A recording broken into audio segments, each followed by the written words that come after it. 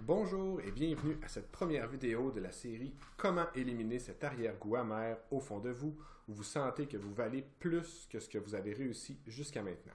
Dans cette première partie, nous verrons d'où vient cet arrière-goût et ensuite nous verrons comment l'éliminer. Je suis Cédric Parent, président de Planifier vos rêves. Une des premières sources de cet arrière-goût amer qu'on peut avoir au fond du cœur, c'est nos échecs. Nos échecs scolaires, sportifs, des échecs en amitié, amoureux, en fait, tout type d'échec qui affecte notre confiance et estime de soi.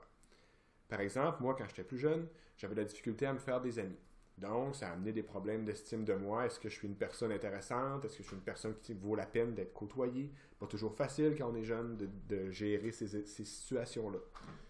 Ensuite, on a aussi notre passé. On a tous notre histoire, on a tous nos blessures.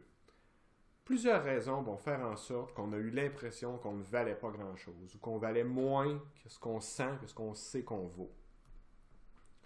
Et ensuite, la maturité.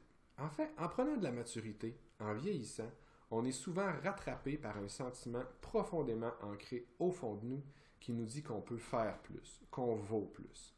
C'est un signe de maturité, cette capacité-là de faire une certaine introspection.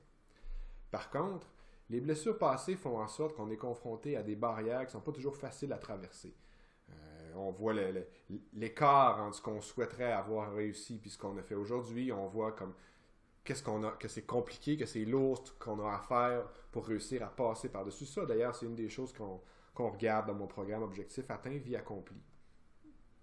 Quand on mélange tout ça, nos échecs, notre passé, la maturité, on obtient un cocktail auquel vont venir s'ajouter le passage du temps, l'écoulement des années, l'accumulation des petites blessures, jour après jour après jour. On obtient alors un bien triste, bien douloureux et parfois même bien destructeur arrière-goût amer qu'on peut ressentir au fond du cœur. C'est un mélange qui nous donne mal au cœur. En fait, c'est souvent bien pire qu'une soirée trop arrosée. Ça lève le cœur, ça donne un tout autre genre de mal de tête. En fait, on pourrait dire que c'est un mal de l'âme. C'est bien noir tout ça. C'est pour cette raison que vous devez absolument visionner la suite de cette vidéo qui va être en ligne dans quelques jours. Je vous enseignerai alors comment éliminer cet arrière-goût amer, ce sentiment de non-accomplissement.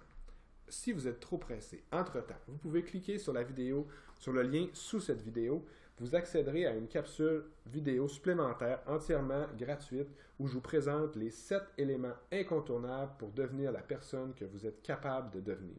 Ça s'adresse spécifiquement à ceux qui savent qu'ils valent plus que ce qu'ils ont aujourd'hui.